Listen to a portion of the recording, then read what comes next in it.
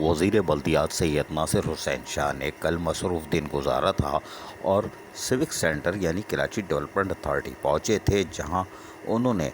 28 سے زائد فوتگی کوٹے کے تحت ملازمت کے مواقع فراہم کر دیے اور باقاعدہ اپائنٹمنٹ لیٹر جاری کر دیے گئے۔ صوبائی وزیر بلدیات سید ناصر حسین شاہ سیوک سینٹر پہنچے تھے تو ڈی جی کے D A Nasir Abbas Soomro, secretary کے ڈی اے شمس صدیقی اور ڈپٹی سیکرٹری عتیق احمد نے ان کا استقبال کیا۔ اس موقع پر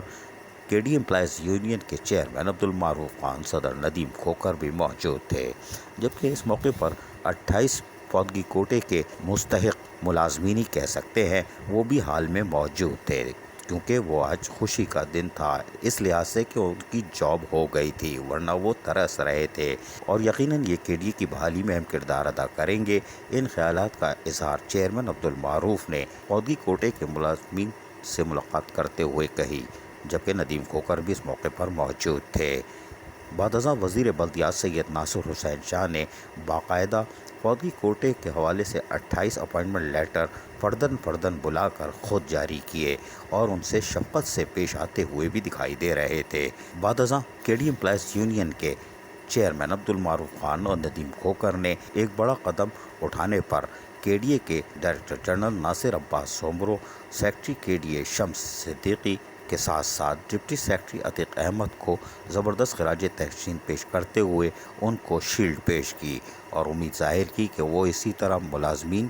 کے حقوق کا تحفظ کریں گے اور یقینی طور پر ڈی جی کے ڈی اے نے ایک بڑا قدم اٹھایا۔ بعد ازاں وزیر بلدیات سید ناصر حسین شاہ نے گورننگ باڈی کے اجلاس کی بھی صدارت کی تھی اور رات 9 بجے تک کے ڈی اے کی گورننگ باڈی کا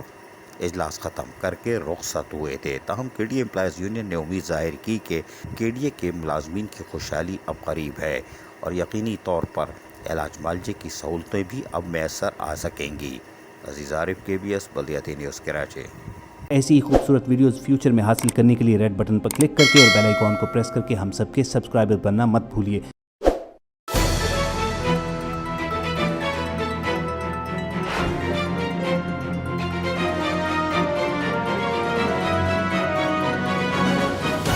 کے بی ایس بلدیاتی نیوز۔